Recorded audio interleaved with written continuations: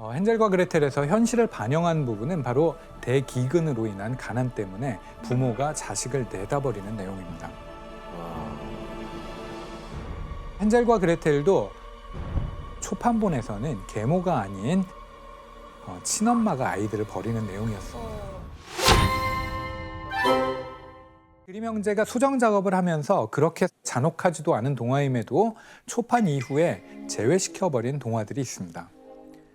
바로 여러분들도 아마 잘 아실 장화시는 고양이와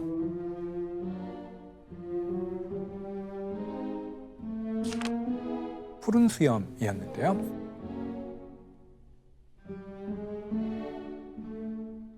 익숙한 동화인데? 네, 그렇죠. 그럼 여기서 다음 문제를 내도록 하겠습니다.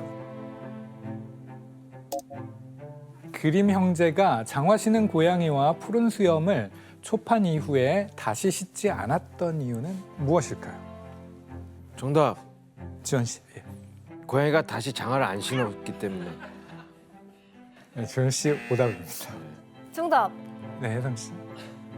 표절 논란이 있었어요. 다른 나라에서 이거 우리 민족 이야기야.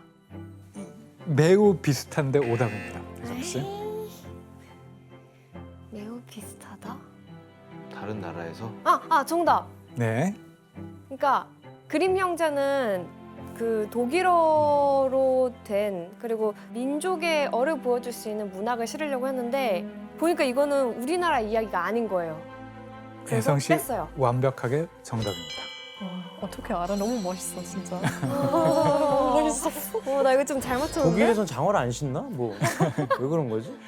그림 형제는 동화집을 가급적 독일 민족의 옛 이야기들로 채우는 것에 그 의의를 두었습니다. 때문에 프랑스 동화와 아주 근접하다고 판단했던 장화시는 고양이와 푸른 수염을 이후 수정 작업에서 완전히 제외시키게 됩니다.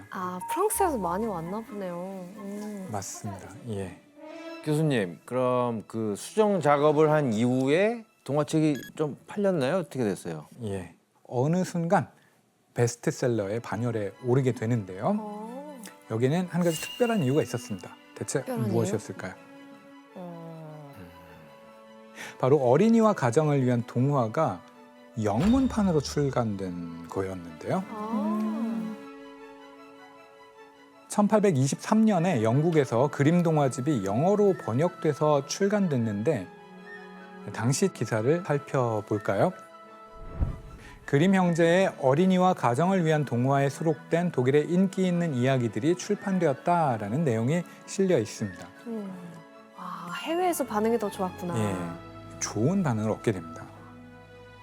그런데 이 영문판은 언어가 다르다는 것 외에 기존의 버전과 큰 차이점이 있었습니다. 지금 뭐였을까요? 그림이 들어갔나요? 예, 바로 맞았습니다. 바로 원본에는 없는 사파를 넣었던 것이죠. 와, 그림도 잘 엄청... 그렸는데? 그러니까.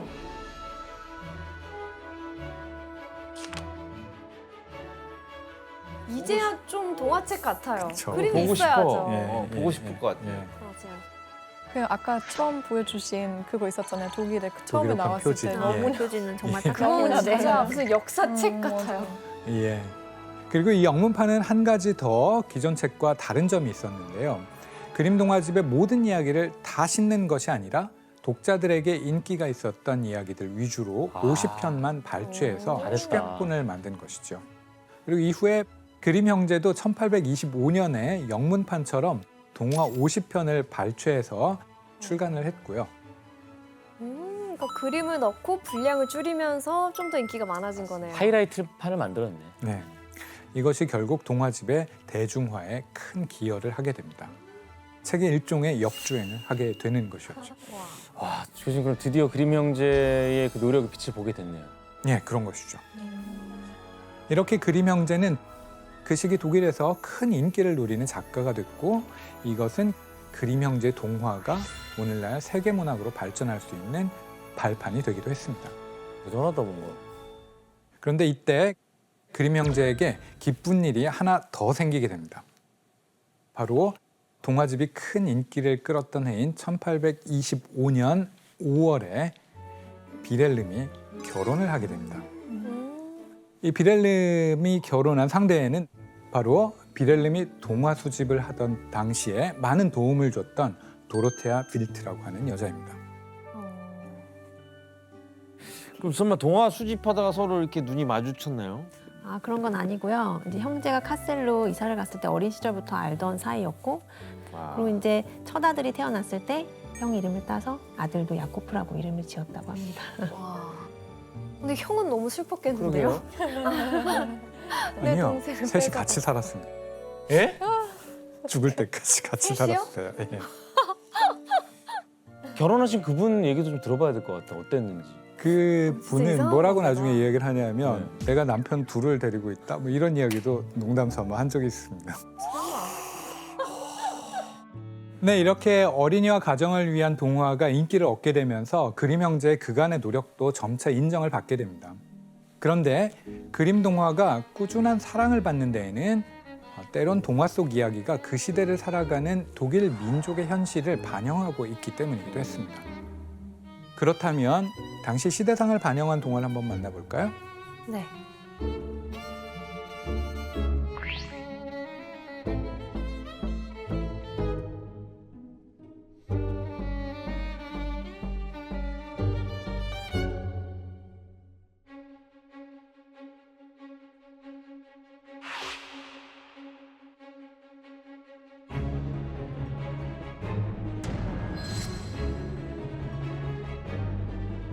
자, 그럼 여기서 과연 어떤 동화가 탄생을 했을까요? 과자로 만든 집? 헨젤과 그레텔. 예, 하면 바로 떠오르는 동화가 바로 헨젤과 그레텔이죠. 아, 나 이게 참 좋았어.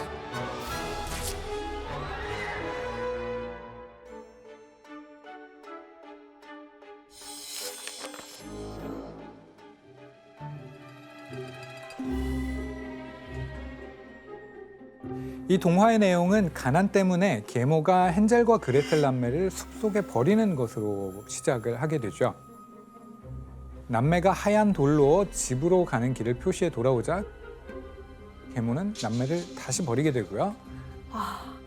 그래서 빵 조각으로 이번에는 길을 표시하지만 이번에는 길을 잃게 됩니다. 그러다 숲속에서 과자로 만들어진 집을 발견하고 배고픔에 집을 뜯어먹는 남매를 집주인이었던 마녀가 불러들이게 되죠. 사실 아이들을 살찌워서 잡아먹기 위한 계략이었고요. 하지만 그레텔은 꾀를 내서 마녀를 오븐 속으로 밀어넣고 도망을 치게 됩니다. 집으로 돌아간 남매는 결국에는 가족들과 다시 행복하게 살게 된다. 뭐 이런 이야기입니다. 그렇다면 여기서 현실이 반영되었다? 이거 어떤 내용일까요? 그 당시에 저렇게 자식을 버리는 부모들이 있었나요? 뭐 생활고 때문에? 바로 맞추셨어요. 헨젤과 그레텔에서 현실을 반영한 부분은 바로 대기근으로 인한 가난 때문에 부모가 자식을 내다버리는 내용입니다.